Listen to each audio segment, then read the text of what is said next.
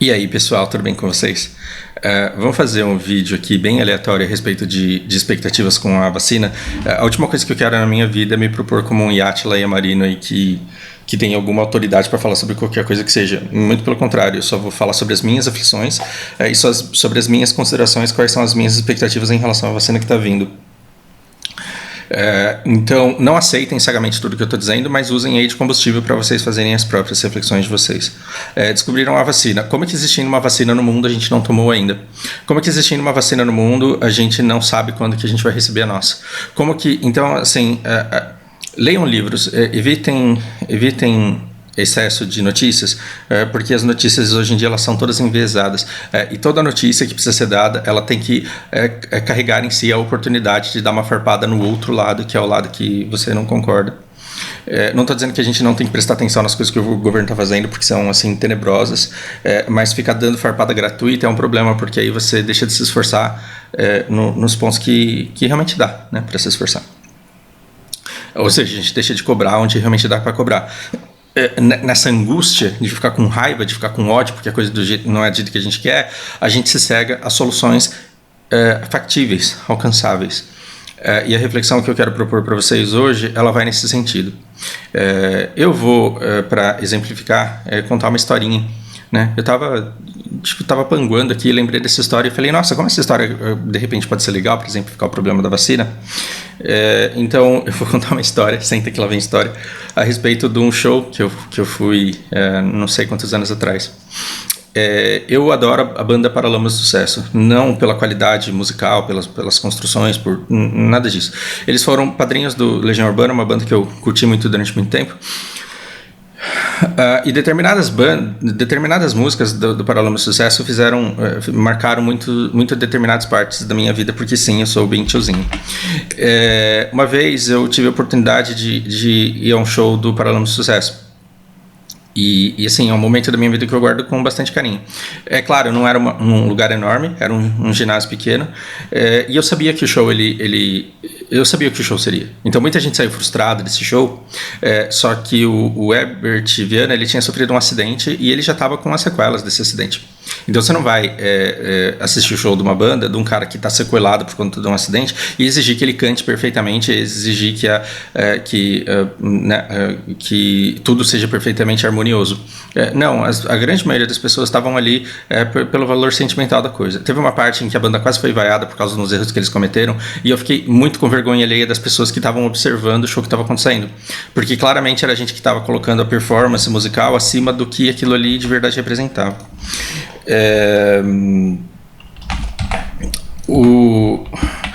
E o que isso tem a ver com vacina? Eu quero fazer um paralelo com a saída do show, com um evento bastante desconfortável que aconteceu comigo no momento da saída do show. E eu acho que isso pega muito bem o espírito desse momento que a gente está vivendo agora. Qual é o espírito do momento que a gente está vivendo agora? Como é que tem uma vacina no mundo e eu não tomei ainda? Como é que já inventaram uma vacina, essa vacina já está aprovada e eu ainda não tomei, não sei quando vou tomar? Isso é uma preocupação legítima, indignação legítima, só que querer aquilo que não dá faz com que a gente se segue em relação àquilo que dá para ser cobrado e aquilo que dá para ser feito. Você já foi num show gigantesco assim, no estádio do Morumbi? Diferente do Rock in Rio, que a cidade, o local onde o negócio é feito, ele é planejado para ter fluxo constante, ininterrupto de ônibus ali para escoar aquelas pessoas todas.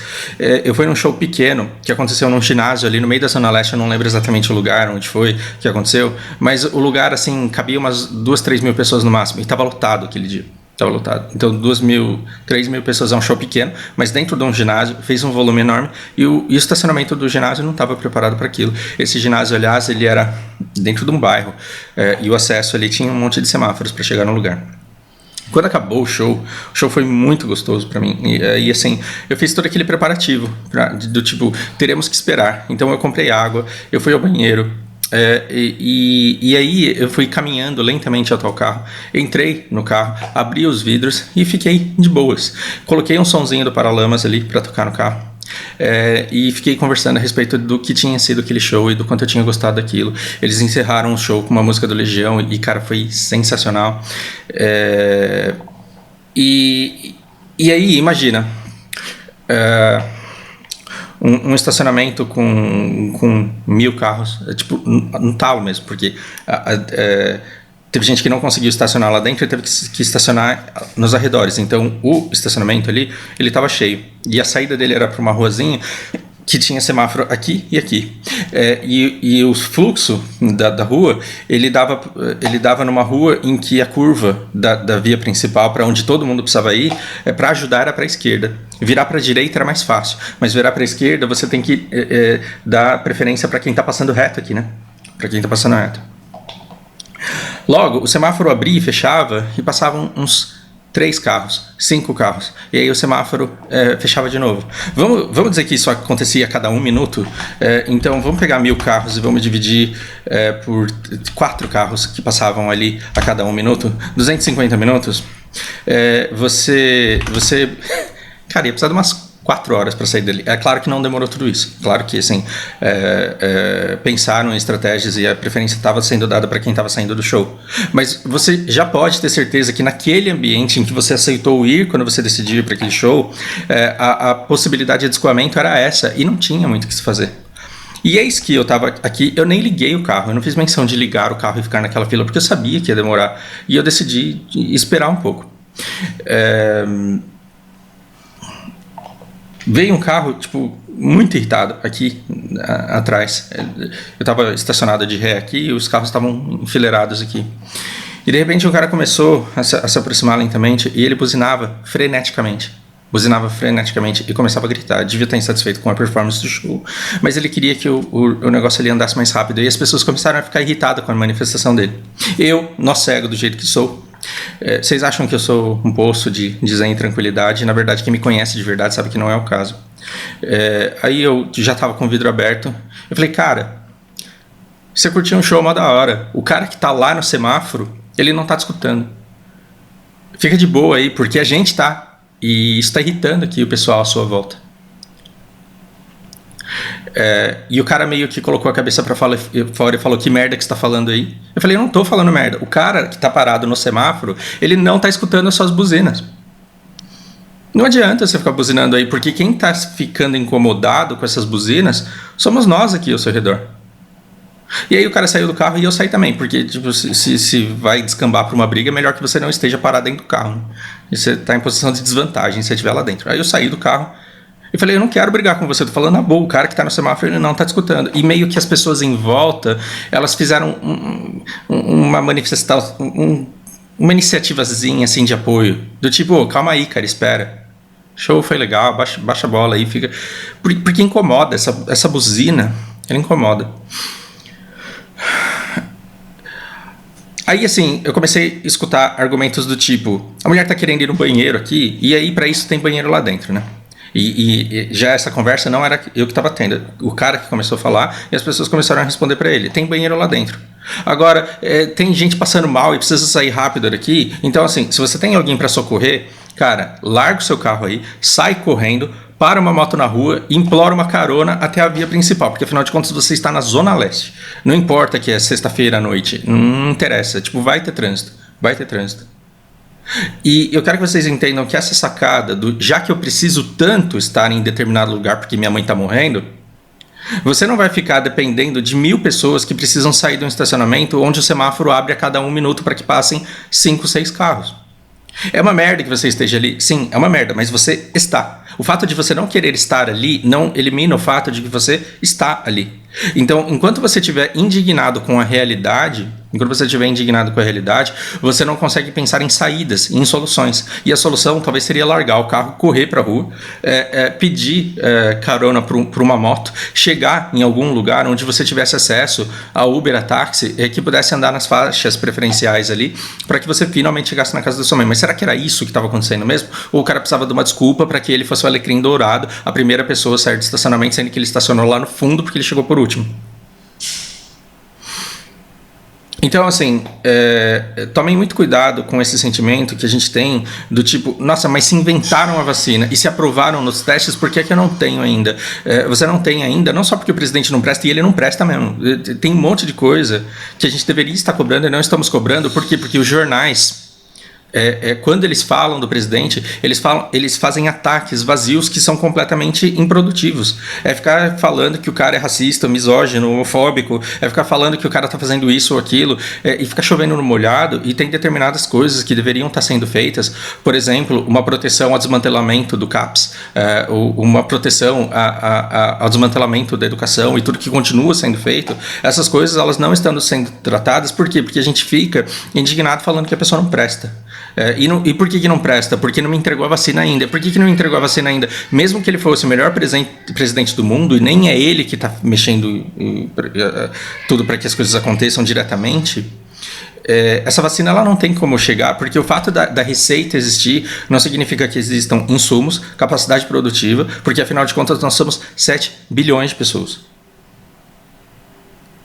Eu acho que assim, a gente já vem aí extremamente danificado por uma geração que vai sofrer muito os impactos vamos chamar aqui de Netflix. O nosso mundo já é uma merda, porque as pessoas elas cresceram com pouca realidade, pouco contato com a realidade e muito contato com o mundo fantasioso. Hoje eu fiquei tentando lembrar, e tem um filme do SBT que foi o começo de tudo, pra mim, na experiência de vida de eu, Fausto. Aquele filme foi o começo de tudo. O nome do filme ele é A Coisa, e eu não sei se em inglês ele significa The Thing. Deixa eu ver. O que eu acho de imagem aqui? Não é A Coisa.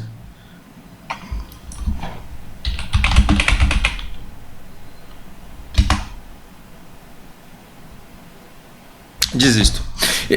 Tinha um filme muito antigo, e eu não vou editar esse vídeo aqui mais tarde com essa informação, talvez eu só coloque na descrição do vídeo, mas tinha um filme podre, tosco, que era assim, descobriram uma massa, uma gororoba nas profundezas da terra, e aquilo começou a ser vendido como iogurte, e todo mundo que comia aquilo ficava viciado, e todo mundo que comia aquilo virava um zumbizão, né?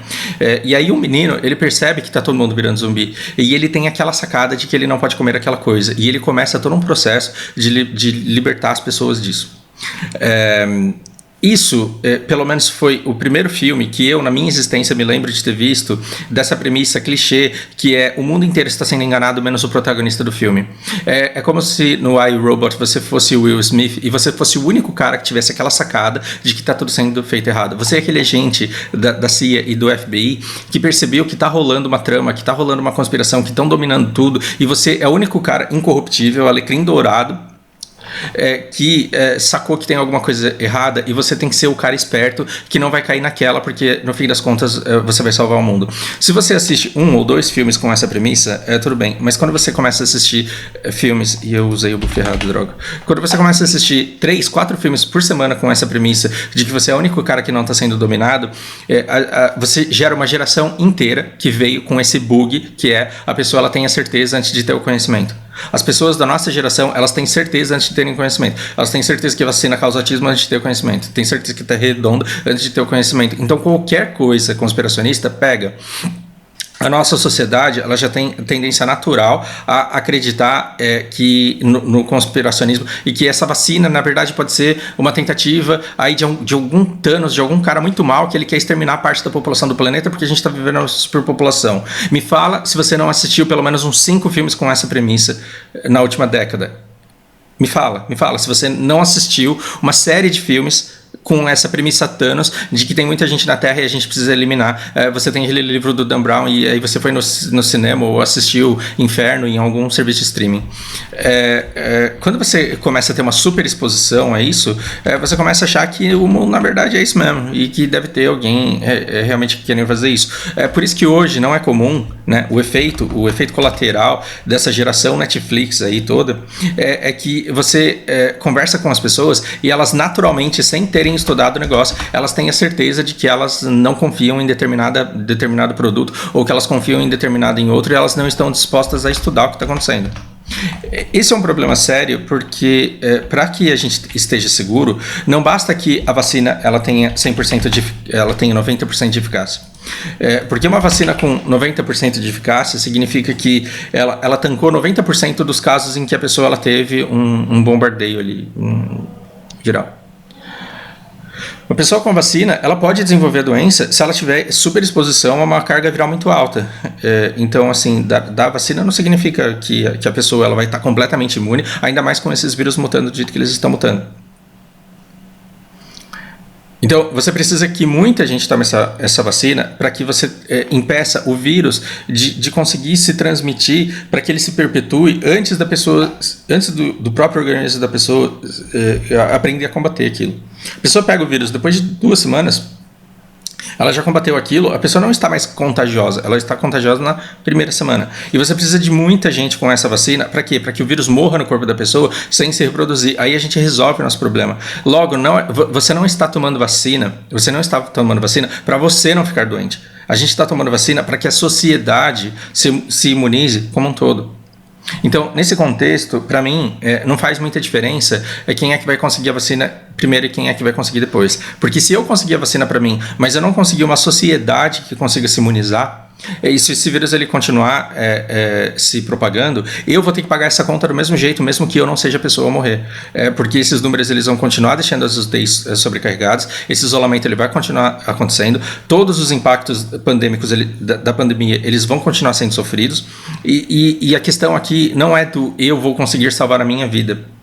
Então, qual a sua maior preocupação? Se você está naquele ginásio onde aconteceu o show do Paralamas que eu mencionei no meu exemplo, a sua preocupação não tem que ser se você vai sair ou não e quando, que hora. Você tem que olhar para o portão e ver se está tudo bem com o semáforo. Você tem que ver se lá as pessoas elas estão sendo escoadas da maneira mais rápida possível. Então não é você, é o portão. É o portão. E você tem que cobrar as pessoas que estão perto do portão para ver se aquele semáforo está sendo tratado e se a prioridade está sendo para escoar o trânsito que está saindo ali de dentro. Você pode, por exemplo, pedir para quem está do outro lado da rua tomar um desvio para não pegar o escoamento e não passar reto aqui nesse ponto. Imagina você, engenheiro de tráfego, esses caras estão querendo virar para a esquerda, esse cara está querendo ir reto. Você não pode falar assim, escuta, dá a volta por aqui, ó. E depois vem, faz isso aqui, ó, vira uma rua antes para a esquerda, vai 2 quarteirões, vira para a direita, você tá na rua que você queria estar. E o pessoal que está saindo do ginásio, ele está conseguindo fluir para a esquerda com mais velocidade. Isso é muito mais útil do que ficar buzinando lá no fundo falando, vão tomar no cu, seus filha da puta, não chega a minha vez logo, bando de arrombado. Vocês são lerdo pra cacete, vocês não prestam. E o que a mídia tá fazendo é basicamente isso. Ela fica atacando que determinada pessoa não faz alguma coisa para que eu chegue ter logo com a vacina, porque é isso que vende. Quando o jornal ele faz a propaganda para você assistir, ele tem que pegar alguma coisa que te pegue no fígado ali, para você assistir com raiva. Por quê? Porque é a raiva que dá engajamento. E eles precisam do seu engajamento para que você interaja com a notícia, para que você consuma aquilo, e aí eles vão conseguir pagar os boletos deles com os ads. Você é o produto deles. O produto deles não é a matéria, o produto deles é você. E você precisa estar lá com raiva assistindo o negócio e lendo o negócio. Então, esse cara do jornal, ele nunca vai falar assim, a vacina está sendo produzida em larga escala e as pessoas estão tomando a vacina, porque isso seria falar do semáforo. O jornal, ele nunca vai falar isso. Por quê? Porque isso não vende. Se você vê que as vacinas elas estão sendo produzidas com o máximo de velocidade possível e sendo entregues ao máximo de pessoas possíveis com determinados critérios de prioridade, você não para ler esse negócio. E se você parar para ler esse negócio, você vai ficar feliz e não vai engajar com aquilo. Agora, se você vê que o cara tá enrolando e ele tá no último da fila e que vai demorar muito por causa de algum negócio, e você vai demorar talvez 2 meses a mais para receber essa vacina ou não, você fica lá, você comenta, você xinga, você interage, você dá engajamento, você faz os caras pagarem mais boletos com o seu fígado. E a nossa sociedade hoje, ela é efeito colateral dessa nova forma de se ganhar dinheiro e de se eleger presidente, que é com raiva, com ódio. Então, quanta raiva você consegue tirar do seu fígado, simplesmente tendo expectativas mais realistas em relação às coisas que acontecem no mundo e tendo menos raiva das coisas que não tem jeito, para concentrar toda a sua indignação nas coisas que realmente podem ser mudadas. Porque esse negócio da vacina, ele está sendo usado de forma desumana. Ele está sendo usado como escudo para muitos outros desmantelamentos que estão acontecendo aí, que a gente não está se mobilizando para impedir que aconteçam. E para que a gente deixe de cobrar muita gente que está sendo pega aí e que está conseguindo passar despercebida sem a atenção de toda a mídia, porque essa atenção não está sendo dada. Bom, dado que você tem no mundo inteiro um monte de pessoas tomando essas vacinas, a coisa já está indo como tem que ir. Não tem quando lançam um novo acessório dentro do Black Desert, e aí tem um novo spot dropando um novo acessório. Então tem um spot novo lá e agora está dropando um acessório que é caríssimo. Você não tem que pensar se você conseguiu dropar ou não. Você tem que ver se tem muita gente grindando lá ou não. Porque se tiver muita gente grindando lá ou não, esses caras que estão grindando, primeiro eles vão enchantar. E depois, quando eles tiverem o item, eles vão começar a colocar para vender. Independente de se quem compra isso compra para enchantar ou para enchantar e revender ou enchantar para ter, o mero fato de ter gente colocando para vender e ter gente comprando isso vai fazer com que lentamente o preço caia. Por quê? Porque a oferta ela tende a se manter constante, e quanto mais sobre o GS desse pessoal, mais eles dropam. Então a oferta ela tende a se manter constante e a demanda ela tende a cair, porque todo mundo que passa um teste desse negócio nunca mais compra um daquele. Ou seja, cada pessoa que toma a vacina, ela vai sair da fila, ela não vai querer tomar vacina de novo. Então, cada pessoa mais vacinada é uma vacina a menos e é um percentual da população a mais imunizado. Porque, no final das contas, o importante é que você não tenha as UTIs lotadas. Logo, quando você pensa a respeito da distribuição da vacina e aquela coisa genocida que foi feita antes das eleições, que foi impedir a divulgação dos dados reais, o impedimento da divulgação dos números reais da pandemia antes das eleições foi um ato muito mais genocida do que a demora na compra dessas vacinas agora. E eu quero defender o meu ponto. Você pode discordar à vontade, você pode me provar errado. Essa é a minha maneira de ver a situação a partir do ponto limitado da perspectiva que eu tenho hoje. Mas veja, vamos pegar casos relatados por seguidores do canal. Vamos pegar a cidade de Belo Horizonte, os hospitais relativamente vazios e os números não sendo atualizados. Como o site do Ministério da Saúde ele foi supostamente hackeado e as prefeituras não conseguiam atualizar os números, você olhava para os gráficos e os números eles estavam descendentes. Então vamos pegar aqui. Vamos pegar só esse gráfico aqui e vamos ver que aqui os números eles estavam caindo cada vez mais. Então ignore toda essa parte aqui e imagina que o gráfico é esse e você vê os números caindo cada vez mais. Por quê? Porque supostamente invadiram o site do Ministério da Saúde, as prefeituras elas não conseguiam fazer update dos números, só que algumas conseguiam e os números estavam cada vez menores. As pessoas elas acreditaram nessa conversa de que poderia abrir, podia flexibilizar, porque nós demos conta, porque nós adotamos medidas, porque nós fizemos isso.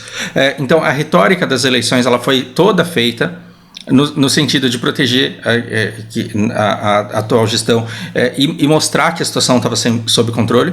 E aí o que aconteceu? Um monte de gente no interior começou a ficar doente, precisava ser transferido para os hospitais das capitais que têm mais recursos, mais respiradores, e essas transferências não estavam acontecendo. O que aconteceu, como foi relatado para mim, no hospital lá de Belo Horizonte? Até domingo não chegava a transferência. A eleição aconteceu no domingo. Na segunda, o Ministério da Saúde estava com um portal funcional, os números começaram a ser atualizados e o hospital lá da capital começa a receber um monte de paciente com estado grave do interior. E de repente, de uma vacância de 60%, cai para 5%, 10%. Então, os hospitais de São Paulo, eles estão 90% ocupados, todos, não só os hospitais públicos. Os hospitais particulares, eles já estão com cerca de 90% da ocupação. Isso está acontecendo quando os hospitais de campanha foram desmantelados e como de uma série de departamentos preparados provisoriamente para atender o Covid, eles foram desmontados porque não havia mais necessidade disso. E quando é que isso está acontecendo? Há 2 semanas do Natal. Há 2 semanas do Natal, quando algumas pessoas ainda não perceberam a gravidade desse número aqui. E que 70 mil casos tipo, mais do que... tipo, olha esse pico aqui, ó, 69 mil. 69 mil. E aqui a gente já tem dias sendo reportados com 70 mil. Ou seja, nós estamos no ponto mais alto em que jamais estivemos. Nós estamos no ponto mais alto que jamais estivemos do contágio. E isso está acontecendo 2 semanas antes do Natal. 2 semanas antes do Natal, onde as pessoas vão falar, tivemos paciência o ano inteiro, mas o Natal é sagrado e não dá pra gente não se encontrar. Se você parte dessa premissa de que as suas crenças elas são inabaláveis e que se o Natal ele simboliza união e você tem que passar com a sua família e que o Ano Novo você tem que passar com o pessoal lá da firma, você tem que passar com os seus amigos, você tem que passar com os caras da rua, se você defender essa sua crença, até o fim e abrir uma exceção somente neste final do ano, a probabilidade de, na segunda semana de janeiro, alguma das 200 pessoas que você conhece precisar de um respirador e não ter vaga na UTI é enorme. É enorme. Em relação a esse contágio, a gente tem que ter muito ressentimento, muita indignação, muita raiva das pessoas envolvidas, nessa não notificação e não conscientização a respeito do suposto hackeamento do site do Ministério da Saúde, o quanto as pessoas adotaram todas as retóricas de que os números estavam baixos, quando na verdade não estavam, porque isso daqui foi o que fez as pessoas criarem coragem para me visitar semana passada, por exemplo. Isso daqui foi o que fez as pessoas criarem coragem de fazer um churrasquinho. Por quê? Porque ficaram tendo paciência o ano inteiro. Pô, agora que tá melhorando, vamos. Tipo, eu fiquei o ano inteiro sem ir na praia, agora que os números estão caindo, vamos. E aí a gente vai, e aí o que acontece? Joga esses números para esse patamar aqui. 2 semanas antes do Natal, onde as pessoas vão querer se encontrar. Como é que o Brasil vai estar na segunda semana de janeiro? Agora, quando as pessoas elas começarem a morrer no mês de janeiro, elas não estarão morrendo por causa da ineficiência do governo de adquirir essas vacinas, porque nós precisamos de 7 bilhões de doses e nós não temos essa capacidade produtiva. Logo, a sua expectativa, ela não tem que estar na velocidade com que essa vacina chegará até você, porque vai demorar e você vai ter que aceitar isso. O que não deveria demorar, o que nós já deveríamos ter e não deveríamos estar falhando? Na conscientização do risco enorme que nós estamos correndo agora. Logo, se eu perder alguém muito amado, muito querido, na segunda semana de janeiro, eu não posso culpar o governo. Eu posso culpar o governo por conta desse negócio aqui. Agora, a conscientização e a displicência das pessoas nas datas especiais de festas de fim de ano agora não é culpa do governo, é culpa das pessoas. É culpa das pessoas. Tudo bem que são pessoas que não têm educação para se defenderem da péssima gestão que está sendo, da gestão genocida que está sendo feita. Mas ainda assim, é dever de quem tem essa visão, de quem enxerga a realidade por esse prisma, fazer de tudo para desestimular as pessoas de se encontrarem agora no final do ano. Porque o problema nunca foi as pessoas ficarem doentes, porque as pessoas que precisam de respirador, afinal de contas, proporcionalmente elas são muito poucas. O problema sempre foi todos ficarem doentes de uma vez só. E é isso que está acontecendo agora. As pessoas estão todas ficando doentes a cada momento. Eu tive várias pessoas, muita gente mesmo conhecida. O vírus nunca esteve tão próximo das pessoas que eu conheço como esteve agora. Nesse pico aqui, eu conhecia pouquíssimas pessoas tendo vírus de verdade. Agora eu conheço muitas pessoas. Houve momentos esse mês em que eu tive 40% dos meus alunos com problemas de Covid dentro de sua família core, ali, dentro da sua família, das pessoas que moram com eles. E o caso que mais me abalou no meio de todos esses foi o do Marcos. E o Marcos, ele entrou aqui no hospital. E assim, saiu da UTI. Ele ficou 2 semanas na UTI com um respirador. E aí, assim, você imagina, se esse cara chegasse agora no hospital, precisando de um respirador, talvez ele caísse num hospital em que não tem mais vaga.